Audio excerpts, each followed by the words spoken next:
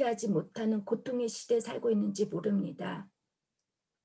이 시간 저희들 주님의 말씀을 통하여 저희들이 왜 침묵을 해야 되는지, 때로는 우리의 삶 속에서 관여하시는 하나님을 바라보지 못할 때 말씀을 통하여 다시금 주님을 바라볼 수 있는 시간이 되게 하시고, 듣는 자 전하는 자 한 마음으로 주의 말씀을 듣고자 하오니 이 시간 주님 응답하여 주시옵소서.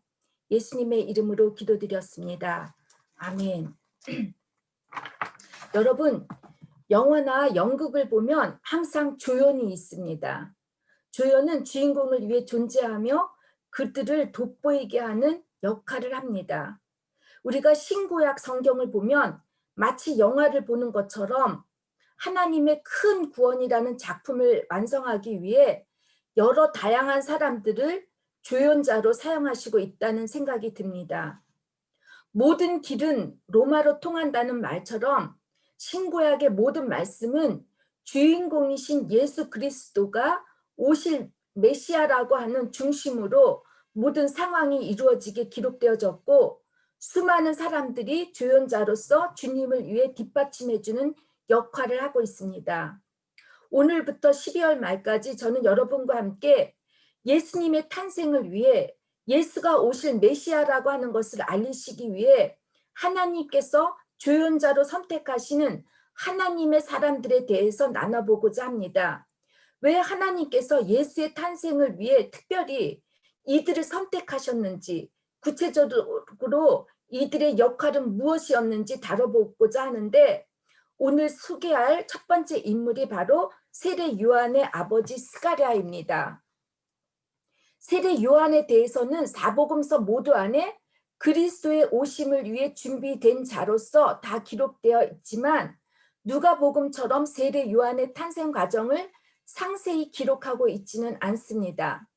4복음서 중 한 장이 가장 긴 누가복음서 1장 1절에서 80절까지를 보면 누가 저자는 세례 요한의 탄생 이야기와 예수 탄생 이야기의 배경을 사이사이에 삽입해서 편집하는 구조로 세례 요한이 예수님보다 6개월 먼저 태어났다는 것을 구체적으로 기록했다는 것은 두 사람의 운명이 서로 얽혀져 있음을 암시하기 위함입니다. 누가가 쓴 누가복음서를 보면 누가는 아주 섬세한 사고와 감정을, 그리고 논리적이고도 추상적인 개념들을 정확히 묘사하는 코인의 헬라어 문법, 그러니까 옛날 그리스어의 그 문법을 사용한 것으로 봐서 그가 헬라 사람이었고 바울의 동역자였고 주치의 의사였다라는 것으로 알려졌습니다. 누가가 누가복음서를 쓰게 된 목적은 누가복음 1장 1절에서 3절 말씀에 나오는 것처럼 데오빌로를 위해서입니다. 데오빌로라고 하는 이름은 헬라어 데오필로스라는, 문자적으로는 하나님의 사랑하시는 자, 데오가 하나님이죠. 하나님의 친구라고 하는 이런 합성어인데, 누가가 그를 각하라고 호칭을 하는 것을 보면은 데오빌로가 고위 관직의 신분을 가진 사람이었고 상당한 지식 수준이 있는 사람으로서 이미 기독교에 대해서 깊은 관심을 가지고 있는 사람이라는 것을 알 수가 있습니다. 때문에 누가는 데오빌로의 고위 관직의 신분을 통해서 헬라인 이방인들에게 복음을 널리 전파하고 싶었을 것이고, 이를 위해 데오빌로에게 예수님에 관해서 보다 상세하게 알리고자 했을 것입니다. 누가 자신이 예수님을 직접 만나보지는 않았지만 이미 예수님을 직접 만나서 경험했던 사람들과, 무엇보다도 사도 바울과 함께 다니면서 주님에 대한 사도 바울의 체험과 신앙들을 자세히 들을 수 있었기 때문에 예수가 누구인지 전혀 알지는 못하는 사람들을 위해 기록하려고 하니까 구체적으로 예수님의 탄생에서 부활까지 상세히 기록한 것으로 보여집니다. 지금도 그렇지만 무엇보다도 유대인들도 믿지 못하는 예수의 탄생 과정을 이방인들이 어떻게 믿을 수가 있겠습니까? 때문에 이방인 자신이었던 누가는 의사이고 학자인 신분으로서 예수님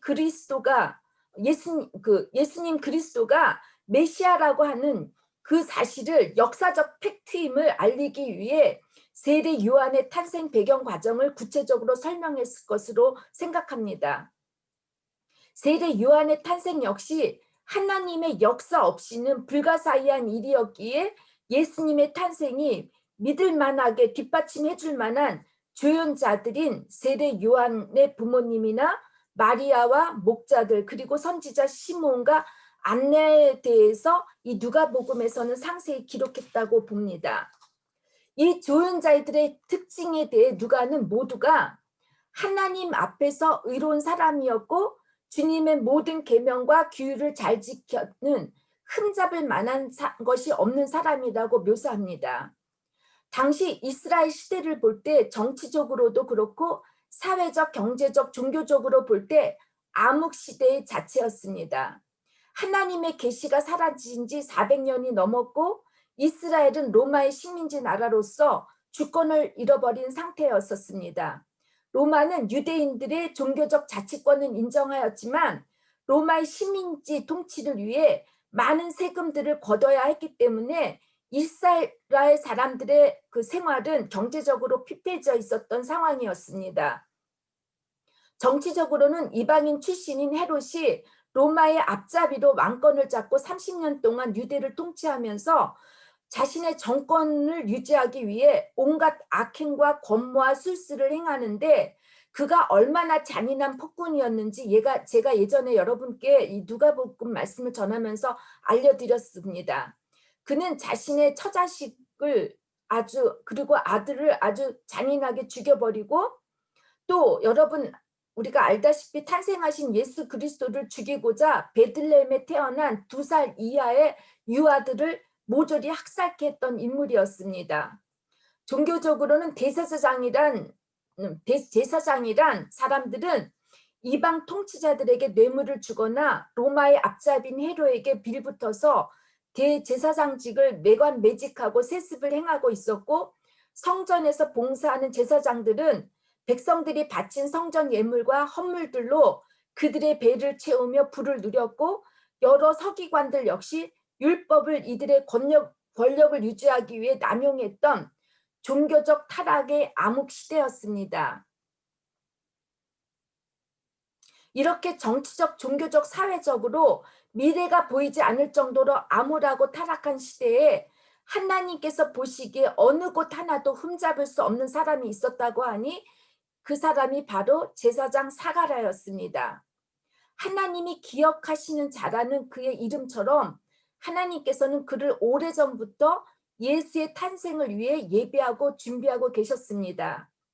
제사장은 혈통적으로 레위인, 그 중에 아론의 후손들만 될 수 있었는데 다윗 왕이 성전 건축을 준비하려고 할 때 성직에 임할 레위 사람들을 분류하였고 제사장들을 24 반열로 조직하였습니다. 아론의 세 번째 아들, 여러분 아론에게 몇 명의 아들이 있었죠? 4명의 아들이 있었는데 2명의 아들은 광야 시대에 하나님께 성전에서 성막에서 잘못 제사를 드려서 그 둘이 죽고 이제 남은 세 번째 아들 엘르아살과 이다말이 남아있는데 이다말도 나중에 반역을 해서 죽습니다. 그래서 엘르아살만 남게 되는데 이렇게 해서 그 나온 자식들이 너무 많기 때문에 이 24 반열로 이렇게 순서대로 나누는데 20족장 중에 그 24 반열의 우두루머리를 만듭니다. 근데 사가랴는 8번째 아비야 족장의 반열에 속한 제사장이었습니다. 아론의 4 아들 중 유일하게 제사장직을 유지한 사람은 엘르아살뿐이었는데 사가랴는 하나님을 반역하지 않고 말씀대로 철저히 살았던 엘르아셀 출신의 정통 제사장 가뭄의 사람이었던 것입니다. 그의 아내 엘리사벳도 제사장 출신의 딸이었습니다. 그런데 이 2 사람에게는 오래전부터 자녀가 없었고 이제 나이가 들어서 아이를 갖는다는 것은 생물학적으로 볼 때 불가능한 나이가 되어버렸습니다. 어느 날 사가랴는 제사자직을 맡기 위해 제비를 뽑았는데 그가 뽑혀서 성소에 들어갈 그 분향을 드리게 되었습니다. 헤롯 당시에 제사장의 숫자가 엄청 많았는데 이스라엘 그 역사가인 요세푸스에 의하면 당시의 제사장들이 7,200명이 있었고 제사장을 도와 성전 일을 하는 레위 사람들이 9,600명 정도가 있었다고 한다면 제사장 한 사람이 성전에 들어가 제사를 드릴 수 있는 확률은 한 사람이 보통 500년을 기다려야 할 정도로 매우 어렵다고 했습니다. 그래서 제사장들이 제사를 드리는 순번을 제비 뽑기로 정한 것인데 이때 제비를 뽑은 제사장은 보통 일주일 동안 성전에 들어가서 제사를 지내며 기도를 올리는데 때마침 사가랴가 제비 뽑기에 당첨이 돼서 성전 봉사를 할 수 있었던 것입니다. 여러분 놀랍지 않습니까? 이렇게 제사장들이 수없이 많고 성전에서 봉사하는 사람들이 많은데도 종교는 말할 것도 없이 모두가 부정부패하고 타락한 시대를 살아가고 있는지 참 궁금하지 않습니까? 우리는 직접 눈으로 보고 피부로 경험하지 않았습니까? 한국의 기독교뿐 아니라 불교도 마찬가지로 얼마나 부패해졌고 타락해졌는지 감옥에 있는 사람의 대다수가 종교인이라고 할 정도면 여러분 말할 필요가 없지 않습니까? 모든 대중 종교가 다 그렇지만 성직자의 숫자가 급증하고 종교기관이 증가하게 되면 종교가 부패져가고 있다는 징후라고 합니다. 돈과 권력이 생기게 되면서 종교의 본질을 잃어버려 가고 있기 때문입니다.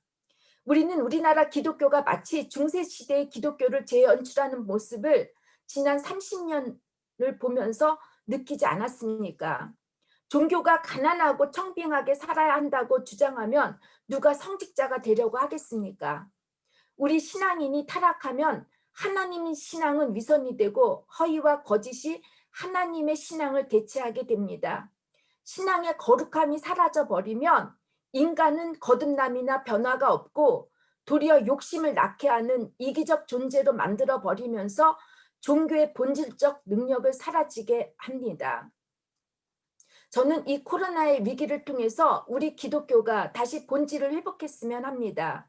예배의 진정한 의미를 찾고 교회의 사명과 목회자의 자질과 인격, 영적 권위, 학문적 능력이나 헌신 등을 새롭게 찾아서 다짐하는 계기가 되었으면 합니다. 한국도 그렇고 독일, 유럽 모두가 코로나로 인하여 많은 교인들의 숫자가 줄어들었다고 이제 걱정을 합니다. 하지만 저는 이 위기야말로 우리 기독교가 다시 살아날 수 있는 기회라고 보고 우리 모두 복음의 본질과 초대교회로 돌아갈수록 회개하고 자숙해야 한다고 봅니다. 때를 얻든 못 얻든 사가랴나 엘리자벳처럼 의롭고 흠없는 사람들이 보이지 않는 곳에서 하나님을 한결같이 믿고 기도하는 사람들이 있었던 것처럼 저와 여러분은 또 우리 바젤 한인선교교회는 이런 신앙의 위기 때에 하나님의 예비된 자로서 또 예비된 교회 공동체로서 더욱더 말씀과 기도로 잘 준비하고 있다가 하나님이 필요로 하실 때 정말 쓰임받기를 주님의 이름으로 부탁드리고 축원합니다. 사가랴가 성소에 들어가서 분향하고 기도하고 있는데 천사가 나타나서 사가랴에게 13절을 보니까 두려워하지 말라고 하면서 주님께서 그들의 간구를 들어주셔서 엘리사벳이 아들을 낳을 것이니 아들의 이름을 요한이라 하라고 구체적으로 일러주십니다. 사가랴는 18절을 보면 자신이 늙고 아내도 나이가 많아서 아이를 가질 수 없다는 것을 알고 이제는 아이 갖는 일을 포기하고 있었지만 아이를 갖고 싶어하는 간구만은 계속해서 기도했던 것으로 보여집니다. 여러분, 우리가 기도를 하지만 기도 응답에 대해 그러니까 확신을 갖지 못할 때가 참 많지 않습니까? 기도한 대로 이루어지지 않는다고 믿을 때가 많기 때문입니다.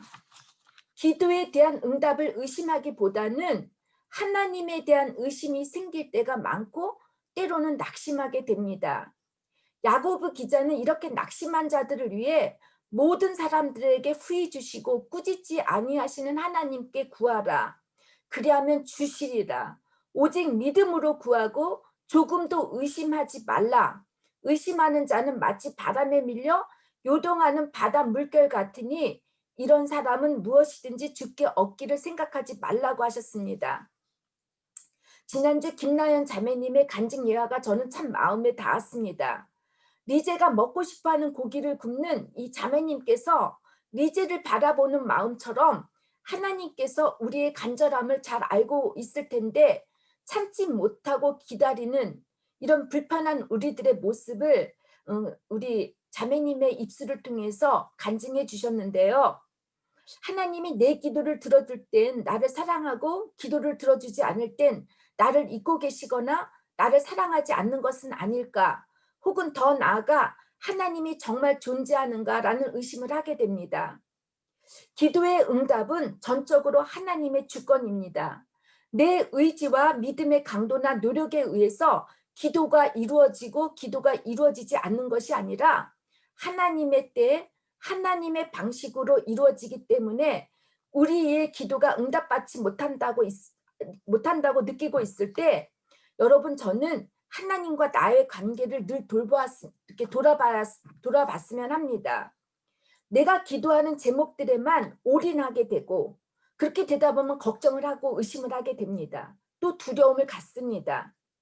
그러면 저는 여러분 대부분 제가 목회를 하면서 저 역시도 그랬지만 기도의 제목의 내용을 보면 이것이 나의 기도의 우선순위가 되고 있습니다.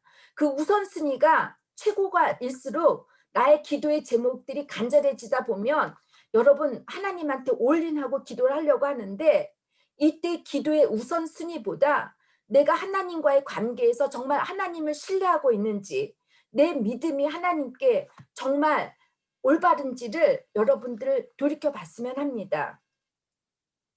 저는 침묵도 기도에 대한 하나님의 응답이라고 생각합니다. 침묵하시는 하나님 속에서 너 힘을 좀 빼라고, 너 문제만 바라보지 말고 이 문제를 해결할 나를 바라보라고, 나의 마음을 좀 느끼라고 하시는 하나님의 사인이라고 믿습니다. 제가 여러분 5년 전에 어떤 일이 있었냐면 바로 12월 말일날 11월 말일날 제가 12월 달이 가장 목회가 바쁜 때인데 11월 말에 집주인으로부터 제가 편지를 받았는데 집주인이 이사를 가라는 거예요. 저한테. 11월 말에 그것도. 근데 12월 달 여러분 알다시피 크리스마스 때 어떻게 집을 구할 수가 있겠습니까? 그래서 저희 교회 장로님이신 분이 이제 변호사인데 그분한테 제가 찾아갔더니 그분께서 프라우체 걱정하지 말라고 3개월은 버틸 수 있다고. 그러니까 지금 당장 이사를 가지 않아도 된다고 하는데 제가 정말 저는 모든 게 이렇게 정확하게 되지 않으면 제가 사역하는 게 너무 불편해 가지고 이제 집을 알아봤습니다. 제가 혼자 살기 때문에 하나님이 혹시 공동체와 함께 살라고 수도원 같은 데 들어가 살라고 하는지 다 알아봤는데 집이 없었습니다. 12월 달에. 그리고 이 라인펠덴이 집이 있는 거는 가구가 되어 있는 집에 가격은 제가 계산할 수 없는 그런 집이었습니다. 저는 그래서 하나님이 나 여기 혼자 사는 거 힘드니까 프라이부르크 쪽으로 가서 이사를 가서 펜델 왔다 갔다 왕복으로 일하라고 해서 그런지 제가 프라이부르크 쪽부터 밑에까지 집을 쫙 알아봤는데 집이 하나도 없었습니다. 근데 기도할 때마다 하나님께서는 집을 주시겠다라고 하시는 것입니다. 이거 믿을 수가 있겠습니까? 근데 어느 날 제가 크리스마스 이제 아이들 성국을 다 준비하고 다 보내고 나서 저희 교회가 되게 큰데 혼자 남았습니다. 제가 하나님 저한테 원하시는 게 뭐냐고 왜 나에게 이렇게 가혹한 시련을 주시는지 이해가 안 된다고 제가 기도를 하고 우는데 갑자기 기도의 제목이 집을 구해달라는 기도가 아니라 제가 하나님 저는 그럼에도 불구하고 하나님을 사랑한다고 기도하는데 제가 큰 소리로 저는 하나님을 사랑합니다. 하나님을 정말 사랑합니다. 하나님을 사랑합니다라고 기도를 하는데 제가 엉엉 울었습니다. 내 마음이 정말 하나님을 사랑하고 있구나. 저는 그냥 내가 밖을 나가든지 뭐 없다 해도 나는 하나님을 끝까지 신뢰하겠다고 생각을 하는데 그리고 나서 그 다음 주에 제가 그 전에 이제 비서들이나 학교 비서들한테 선생들한테 다 알렸습니다. 교인들한테 광고지를 다 붙여가지고 알아봤는데 그전까지 어느 누구도 연락이 없었어요. 근데 12월 21일 날 저희 학교 비서와 교회 비서가 공동으로 저한테 집이 하나 나왔다라는 거예요. 그래서 제가 서로가 다른 집인 줄 알았더니 알고 보니까 주소는 같았어요. 그래서 그 집을 보러 갔더니 밤에 그날 비가 엄청나게 왔어요. 그리고 그전에 료락의 집이 하나 나왔는데 제가 의외로다가 일을 그러니까 가구가 많고 그래서 방 2개가 모자라는데 그쪽 집은 전망은 엄청나게 좋은데 제가 잔디를 깎아야 된다는 거예요. 제가 어떻게 잔디를 깎겠습니까? 그래서 그 집을 제가 포기를 할까 말까 했는데 그쪽에서 먼저 다른 사람에게 집을 줬다고 할 정도인데 이제는 저에게는 아무런 방법이 없었습니다. 그래서 22일 날 집주인한테 전화를 했더니 전화를 받지가 않는 거예요. 21일 날 그 소식을 듣고 밤에 비를 맞으면서 그 집 주변을 돌아봤습니다. 그리고 나서 제가 22일 날 집주인에게 또 전화를 했더니 받질 않아서 제가 아는 친구한테 부탁을 했어요. 그 비서하고 집주인하고 친구이기 때문에 "야 너 그 친구한테 전화 좀 해 보라."고 하니까 제 전화를 받았는데 23일 날 집을 보라고 오라고 그러는 거예요. 그래서 제가 23일 날 집을 보러 왔는데 정말 하나님이 예비하신 집이었던 거예요. 저한테 너무 맞는 집이었고 원래 제가 살고 있는 집도 정말 좋은 집이었지만 제가 그 집에서 너무너무 답답했어요. 이렇게 숨이 막힐 것 같이 답답했는데 제가 원했던 집이었어요. 부엌도 제가 원했던 색깔, 모든 게 거기다가 온돌까지 다 되어 있는 집이었어요. 지하실은 따로 가지 않아도 돼요. 제가 집 거실에서 직접 지하로 들어갈 수 있게끔 다 완벽하게 세팅되어 있는 집인데 이분이 말씀하시기를 다른 사람도 여기에 관심이 있다라고 얘기를 하는 거예요. 제가 23일 날 아이들이 이제 마지막 개너럴 프로베 다 인제 연습을 마치고 24일에 성국과 가족 예배를 마치고 제가 이제 23일 날 제 아들이 와서 같이 얘기를 하는데 제가 아들한테 그랬어요. "다니엘, 엄마는 내가 설교를 할 수가 없을 것 같다고 24일 날. 집이 안 되면 엄마가 다른 사람들한테 어떻게 하나님을 믿으라고 얘기를 하겠니? 너가 엄마가 써 준 설교를 그대로 원고를 읽으라고." 얘기를 했어요. 그리고 나서 이 집주인이 전화해 준다고 하는데 전화가 오지가 않는 거예요. 하루 종일 기다려도 전화가 안 오는데 그날 밤에 제가 발코니에 나가서 하늘을 보고 기도를 했어요. "하나님, 이 집이 저한테 주시는 집입니까? 왜 집주인이 연락을 안 하는지 알 수가 없다고. 하루 종일 기다렸는데 연락이 없으니 제가 얼마나 몸이 탔겠습니까?" 그런데 기도할 때마다 하나님이 웃으시는 걸 아는 느낌을 받아요. 하나님이 웃으면서 저한테 "걱정하지 마." 이렇게 하시는 것 같았어요. 그랬더니 우리 아들이 "맘마 이제 전화를 기다리지 말고 직접 전화를 해 보래요." 그래서 전화를 했더니 여자가 받는 거예요. 보통 독일에서는 어 전화를 할 때 여자가 받을 때는 좋은 소식을 전해 주지만 불쾌한 소식을 줄 땐 남자들한테 이렇게 전화를 옮겨 주는데 제가 전화를 하니까 여자가 받더니 갑자기 자기 남편을 바꿔 주겠다라고 그러는 거예요.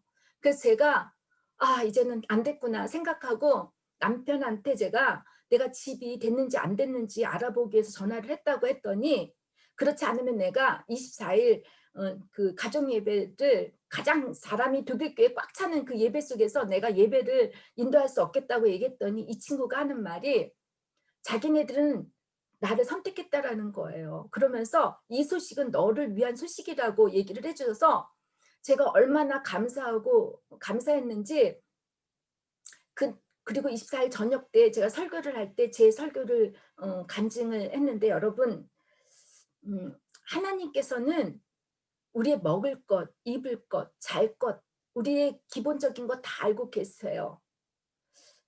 하나님께서 분명히 예수님의 말씀을 통하여 아무것도 걱정하지 말라고 그것들은 다 하나님의 자녀가 구하는 게 아니라 하나님의 자녀가 아닌 사람들이 구하는 거라고. 그래서 너희들은 나의 나라와 나의 의를 구하라고. 그러면 내가 이 모든 것을 해 주시겠다라고 약속하지 않으셨습니까? 여러분 사가랴는 이렇게 오랫동안 자식을 위해 기도하고 간구했지만 정작 아들을 줄 것이라는 천사의 기쁜 소식에 의심을 합니다. 너무 파라독스하지 않으세요? 그렇게 하나님의 계명과 규율을 다 지키면서 흠잡을 만한 것이 없는 사가랴가 천사를 보고 두려워한 것은 헬라어로 보니까 포보스라는 말이에요. 그러니까 공포했다라는 거야. 얼마나 그 두려움을 떠나서 공포했다고 하는데, 이렇게 믿지 못하는 것을 보면 어쩜 사가랴는 종교적 경건성을 갖고는 있었지만 신앙적 체험이 전혀 없으니 마음의 뜨거움이 없었던 사람이 아니었는가 생각해 봅니다. 아무리 오래도록 교회를 다니고 성경을 몇 번씩 통독을 하고 성경에 대한 지식을 많이 알고 있고 교회에 열심히 봉사를 많이 하고 있다 할지라도, 또 윤리적으로 도덕적으로 흠잡을 수 없는 사람이라고, 그 정도로 선한 사람이라고 할지라도 하나님과의 인격적 만남이 없으면 여러분들 믿음의 한계에 부딪힐 때가 있습니다. 또 이런 분들에게는 복음을 전할 능력이 없게 됩니다. 가브리엘 천사는 사가랴의 불신앙에 대해 사가랴가 직접 육체적으로 경험할 수 있도록 이제 사가랴가 말을 전혀 할 수 없게 하십니다. 하나님께서는 하나님의 역사에 믿음으로 반응하지 못한 대가로 사가랴의 입을 닫아버리십니다. 사가랴는 믿지 못해서 벌을 받는 것이 아니라 믿지 못하니까 믿도록 벙어리가 되게 하신 것입니다. 하나님께서는 사가랴를 침묵하게 하셨습니다. 여러분, 제사장에게서 가장 중요한 도구가 무엇입니까? 말 아닙니까? 말을 하지 못한다는 것은 우리 제사장, 목회자들에게 사형이나 다름이 없습니다. 그의 축복을 기다리고 있는 백성들을 축복할 수도 없고 기도도 설교도 찬양도 할 수가 없습니다. 여러분, 이것은 갑자기 일어난 일입니다.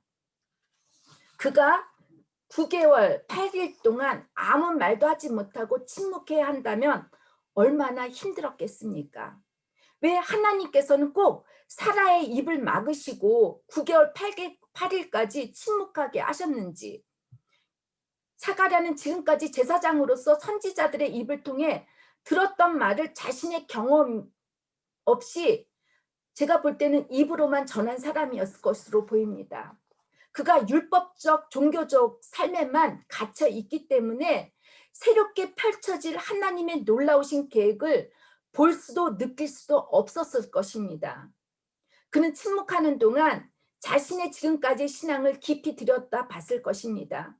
그는 제사장으로 율법을 읽을 수는 있었지만 하나님의 음성을 듣지 못한 사람일 수도 있었을 것입니다. 그는 하나님의 말씀을 머리로는 이해했지만 가슴으로 믿지 못한 사람이었습니다. 사가랴는 침묵을 통해 그동안 하나님께서 왜 그의 간구에 침묵하셨는지 하나님의 침묵을 이해할 수 있었다고 봅니다. 요즘 또한 그는 습관적이었던 그의 믿음을 회개했을 것이고 그의 사역의 한계 안에서만 갇혀 있어서 하나님께서 오실 메시아를 백성들에게 전하지 못했던 편파적이었던 자신의 신앙을 회개했을 것이라고 보여집니다. 그래서 하나님께서는 그의 입을 침묵하게 하셨던 것으로 보입니다. 하나님의 음성을 듣기 위해 하나님이 하시는 일을 위해서 우리는 때로 침묵할 줄 알아야 합니다. 저 역시 직업상 말을 많이 합니다. 또한 말하기를 제가 아주 좋아합니다. 제가 여러분 혼자 오랫동안 살다 보니 저는 너무 침묵이 싫었습니다. 제가 6년 동안 거의 얘기를 하지 못하고 사는데 정말 그 입에 이끼가 낄 정도일 때가 참 많았습니다. 제가 이제 우리 독일교회 목회자들은 1년에 한 번씩 수도원에 들어가서 이제 새해 계획을 하고 지난 시간들을 우리가 나누는데, 한 번은 저희 목회자들과 함께 스위스에 있는 프란치스카 수도원을 찾았는데 이곳이 절대 침묵하는 곳이었습니다.